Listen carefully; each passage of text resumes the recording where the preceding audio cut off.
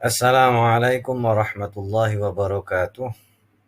Innal hamdalillah, tsumma ssalatu wassalamu ala Rasulillah Muhammad ibn Abdillah wa ala alihi wa sahbihi wa mawalah. La haula wa la quwata illa billah. Untuk memulai pertemuan kita, alangkah lebih baiknya kita awali dengan membaca basmalah dan niat. Bismillahirrahmanirrahim. Nawaitu ta'alluma wa ta'lima wal ibadata wal istifadata wal hatha ala tamassuki bi kitabillahi wa sunnati rasulihi wat dalalata ala al huda wal khair. Amin ya rabbal alamin. Di pertemuan kali ini kita akan mempelajari tentang ad-dhamir. Ya, ad-dhamir. Tentunya kalian akan bertanya, apa itu ad-dhamir? Ad-dhamir secara etimologi itu maksudnya pengertian secara bahasanya, ya. Dalam bahasa yang digunakan ini adalah etimologi secara bahasa Indonesia. Dhamir artinya adalah kata ganti. Seperti kalau dalam bahasa Indonesia dia, kamu, ya, itu merupakan bentuk kata ganti.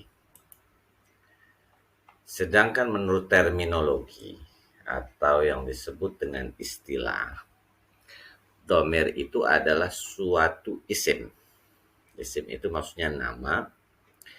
Nah, yang dimaksud isim di sini ada kategorinya adalah isim ma'rifah. Mungkin nanti ketika kalian kelas 8 insya Allah akan membahas sekelumit tentang isim ma'rifah sebagai perkenalan yang berfungsi sebagai kata ganti kalimat seperti aku, kita, kami, dia, mereka, dan lain sebagainya. Ya. Dalam kaidah bahasa Arab, dhamir yaitu ad-dhamiru huwa ismun ma'rifatun yadullu 'alal mutakallimi awil mukhatab awil ghaib. Maksudnya, dhamir itu adalah isim ma'rifah. Nah, di sini nih, isim ma'rifah. Isim ma'rifah yang menunjukkan kepada orang pertama. Orang pertama ini berarti si pembicaranya. Seperti saat ini, saya sebagai pembicaranya. Berarti saya adalah orang pertama. Sedangkan kalian yang menyaksikannya, anggaplah kita sedang bertatap muka, meskipun kini sedang bertatap maya, maka kalian disebut sebagai orang kedua. Nah, orang selain kita, saya dan kalian, itu maka disebut dengan orang ketiga.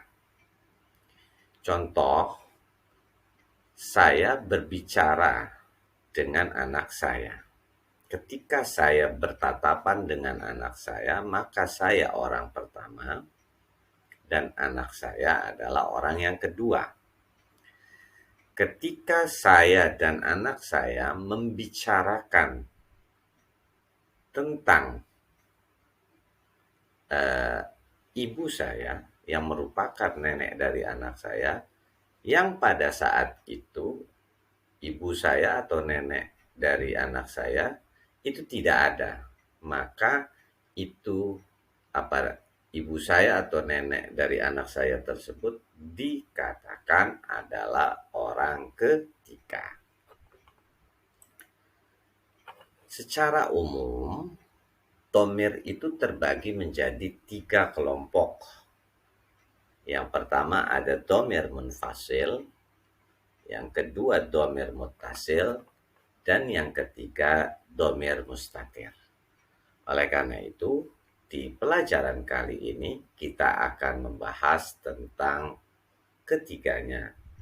Mungkin di pertemuan kali ini kita batasi kepada satu domir dulu agar kalian bisa memahaminya secara lebih lanjut dan lebih gamblang.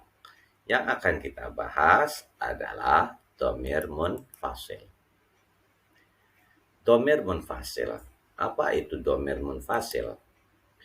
Domir munfasil adalah kata ganti, ya, suatu jenis domir atau suatu jenis kata ganti yang penulisannya terpisah dengan kata yang lain. Jadi domir munfasil ini tidak bisa dikategori disatukan, karena nanti namanya menjadi domir muttasil atau domir yang disatukan. Sedangkan domir munfasil ini adalah kata ganti yang penulisannya sekali lagi terpisah dengan kata yang lain. Kita langsung masuk saja pada pembahasannya.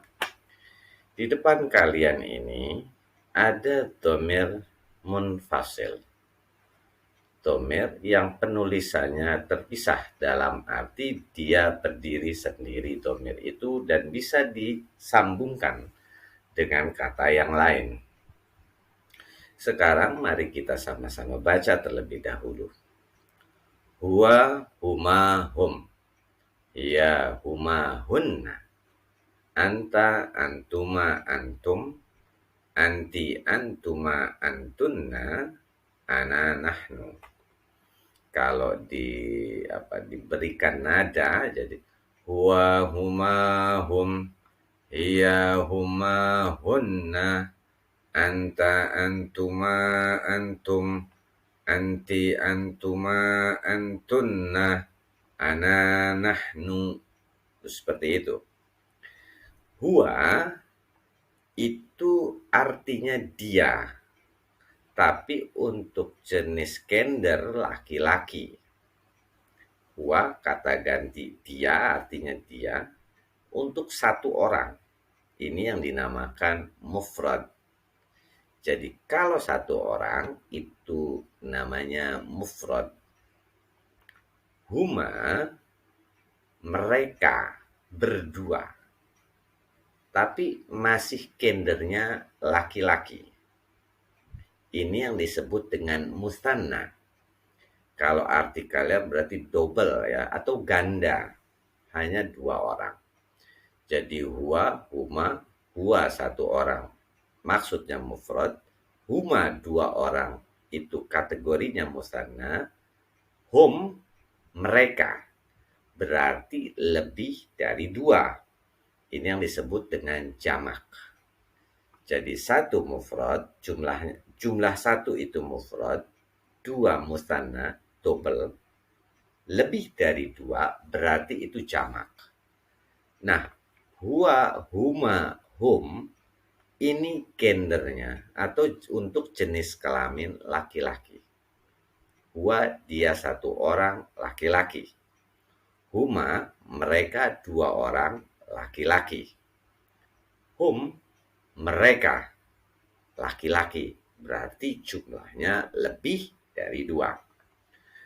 Kemudian yang kedua itu untuk gender perempuan atau yang berjenis kelamin perempuan. Di sini disebut dengan muannats. Kalau laki-laki mudzakkar, kalau perempuan muannats. Hiya, huma, hunna. Hiya, dia satu orang perempuan. Karena apa? Di sini mufrad. Mufrad itu artinya tunggal. Huma, mereka dua orang, ingat perempuan. Dua orang ini double ganda disebut dengan musanna. Dan yang terakhir, hunna, mereka. Mereka untuk perempuan. Kalau laki-laki hum, kalau perempuan hunna. Nah, hunna ini untuk jumlah yang lebih dari dua. dari huwa, huma, hum, hiya, huma, hunna, ini merupakan kata ganti lil ghaib atau kata ganti orang ketiga. Kalau dalam penjelasan saya tadi, berarti ini yang dikategorikan membicarakan tentang ibu saya, antara saya dengan anak saya, membicarakan ibu saya atau membicarakan nenek dari anak saya, itu ibu saya merupakan orang ketiga, ghaib, orangnya tidak ada. Kemudian masih sama ya, untuk jenisnya muzakkar dan muannas, laki-laki dan perempuan. Hanya bedanya, kalau yang tadi orang ketiga, maka yang ini adalah mukhotob. Mukhotob itu artinya kata ganti orang kedua. Berarti mukhotob adalah lawan bicara. Ya. Kalau yang tadi saya contohkan, berarti mukhotob adalah anak saya yang ada di depan saya. Adapun untuk domirnya, kata ganti, kalau laki-laki satu orang lawan bicara, berarti kita gunakan kata kamu. Kamu untuk laki-laki bahasa Arabnya adalah anta. Kalau kamu dua orang itu antuma, double atau ganda. Kalau lebih dari dua, maka kita gunakan kata antum, kalian. Seperti itu. Sedangkan kalau gendernya perempuan, mu'annats, maka kita gunakan kata anti. Kamu satu orang perempuan. Mufrad, karena satu. Tunggal. Antuma, kamu berdua perempuan, double, musanna. Dan yang ketiga, antunna, kalian perempuan, maka ini jamak karena lebih dari dua. Ini merupakan kata ganti orang kedua atau lawan bicara yang disebut dalam bahasa Arab adalah mukhotob. Dan yang terakhir, maka ini adalah kata ganti orang yang pertama, berarti sayanya. Nah, untuk kata ganti orang pertama tidak lagi berlaku gender laki-laki muzakkar atau perempuan muannats. Tidak. Laki-laki muzakkar, perempuan muannats, itu keduanya bisa menggunakan kata ganti ini. Untuk saya, maka kita gunakan kata ana. Sedangkan untuk kami, maka kita gunakan kata nahnu. Ya. Jadi ana nahnu, orang pertama, ya, saya atau kami, berarti kan kami itu bisa berdua, bisa bertiga, bisa lebih banyak. Kalau orang kata ganti orang kedua, anta, antuma, antum, kamu satu orang laki-laki, kamu dua orang laki-laki, kalian laki-laki berarti lebih dari dua, anti kamu satu orang perempuan, antuma kamu dua orang perempuan, antuna kalian perempuan. Ini namanya lawan bicara. Sedangkan kata ganti orang ketiga, orang yang tidak ada pada saat pembicaraan itu terjadi, tetapi menjadi topik pembicaraan, maka dia dinamakan ghaib. Huwa, dia satu orang laki-laki, huma, dia dua orang laki-laki, hum, mereka laki-laki, berarti lebih dari dua. Hiya, dia satu orang laki perempuan, huma, dia dua orang perempuan, hunna, mereka perempuan. Ini semua dinamakan dengan domir yang masuk dalam kriteria domir munfasil. Mungkin untuk penjelasan kali ini, Bapak akhiri cukup sampai di sini agar kalian benar-benar bisa memahami terlebih dahulu apa itu kata ganti atau domir. Dan bahasan yang pertama adalah domir munfasil. Oleh karena itu, setelah ini, seperti biasa, tolong catat. Bukan hanya ditonton dan didengarkan, tapi juga dicatat supaya kalian bisa mengulanginya lagi di lain waktu. Adapun setelah ini seperti biasa kalian kerjakan tes evaluasi harian sekaligus untuk absensi. Adapun kata passwordnya yang dipakai adalah terpisah. Untuk mengakhirinya, kita akhiri dengan kafaratul majlis. Subhanakallahumma wa bihamdika asyhadu an la ilaha illa anta astaghfiruka wa atubu ilaik. Walhamdulillahi rabbil alamin. Wassalamualaikum warahmatullahi wabarakatuh.